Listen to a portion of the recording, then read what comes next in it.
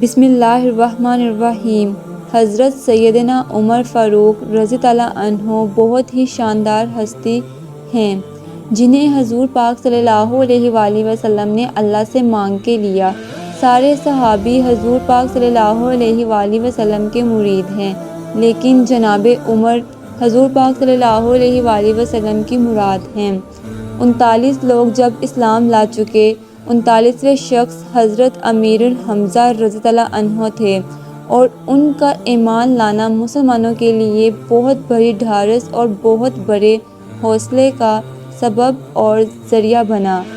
وہ حضور پاک صلی اللہ علیہ وآلہ وسلم نے ہاتھ اٹھا لیے، کہا اے اللہ، ایک شیر دیا ہے امیر حمزہ، ایک شیر اور عطا کر دے، اب تیری مرضی، عمر بن خطاب دے دے یا عمر بن ہشام دے دے۔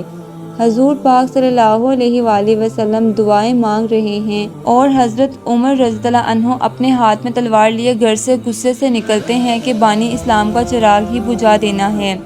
رستے میں ایک صحابہ ملے اور کہا کہ عمر خیر تو ہے، کدھر جا رہے ہو؟ حضرت عمر فاروق رضی اللہ عنہ نے فرمایا چراغ اسلام بجھانے جا رہا ہوں، یہ روز کا مسئلہ ختم ہونے لگا ہے میرے ہاتھوں۔ وہ مخاطب مسکرا کر بولے پہلے گھر کی خبر تو لے لو۔ کہا میرے گھر کو کیا ہوا؟ کہا تمہاری بہن فاطمہ بھی نوکر بن گئی حضور پاک صلی اللہ علیہ وآلہ وسلم کی۔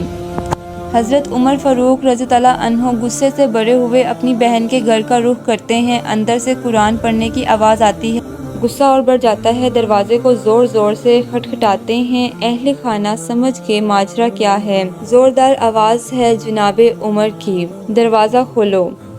جلدی سے معلم کو چھپا دیا اور بہن نے آگے بڑھ کر دروازہ کھولا، کہا تم صابی ہو گئے ہو، دین چھوڑ دیا تم نے، بتوں کی وفا ترک کر دی اور مارنا شروع کر دیا۔ بہن کا سر پھٹ جاتا ہے، خون بہنے لگتا ہے اور یہ مارتے چلے جاتے ہیں۔ فاطمہ بنت خطاب بولی عمر تم خطاب کے بیٹے ہو، سنو میں بھی خطاب کی بیٹی ہوں، جو تم نے ظلم کرنا ہے کرو، میں محمد عربی کا دامن نہیں چھوڑوں گی، بیٹی ہوں جو ظلم کرنا ہے کرو، میں محمد عربی کا دامن نہیں چھوڑوں گی۔ حضرت عمر رضی اللہ عنہ سوچنے پر مجبور ہو جاتے ہیں وہ کون سی طاقت ہے جس نے بجلیاں بھر دی اس کے اندر۔ کہا جو تم پڑھ رہے تھے مجھے بھی پڑھ کر سنا سکتے ہو؟ کہا تمہیں غسل کرنا ہوگا۔ عمر اپنے بدن کو دھو رہے ہیں، میرا رب دل دھو رہا ہے، سبحان اللہ۔ اتنے میں معلم بھی قرآن لے کر آ جاتے ہیں اور قرآن کی تلاوت ہونے لگتی ہے۔ اے 14ویں رات کے محبوب چاند، ہم نے قرآن اس لیے تو نازل نہیں کیا تھا کہ تم مشکل میں پڑ جاؤ، بے تاب ہوگے۔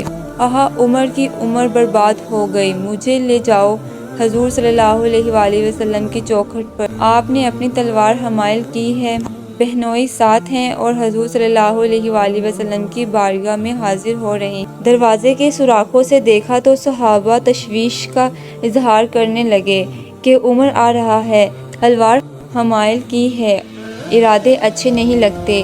جناب امیر حمزہ رضی اللہ عنہ نے کہا دروازہ کھول دو، اچھی نیت سے آیا تو استقبال کریں گے، نیت اچھی نہیں ہے تو اس کی تلوار سے اس کی گردن کاٹ دیں گے۔ حضور پاک صلی اللہ علیہ وآلہ وسلم کے سامنے جا کر بیٹھ گئے۔ یہی وقت تھا عمر کے اسلام لانے کا، لبوں پہ کلمہ جاری ہو گیا، اللہ اکبر کی صدا اس زور سے گونجی کہ مکے کی گلیاں گونجنے لگیں۔ اسلام لانے کے بعد حضور پاک صلی اللہ علیہ وآلہ وسلم سے پوچھتے ہیں حضور صلی اللہ علیہ وآلہ وسلم کیا ہم حق پر نہیں ہیں؟ فرمایا ہم حق پر ہیں، اللہ کا دین سچا نہیں ہے؟ کہا اللہ کا دین سچا ہے، آپ اللہ کے سچے نبی نہیں ہیں؟ فرمایا میں اللہ کا سچا نبی ہوں۔ حضرت عمر رضی اللہ عنہ نے فرمایا ہم چھپ کر عبادت کیوں کریں؟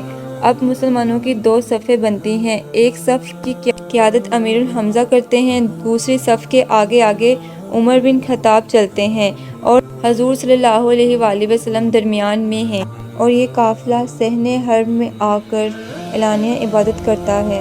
حضرت عبداللہ ابن مسعود رضی اللہ عنہ فرماتے ہیں عمر کا اسلام لانا اسلام کے لیے عزت کا سبب بنا، اسلام کے وقار کی علامت بن گیا۔ ایک ایک کے دروازے پر جا کر دروازہ کھٹکا کر کہتے ہیں وہ تو کوئی اور خبر سننے کے لیے بے چین تھے کہ یہ بانی اسلام کی زندگی کا چراغ بجھانے گیا تھا، کوئی خبر لایا ہوگا۔ وہ کہتے ہیں آؤ عمر کدھر آئے ہو؟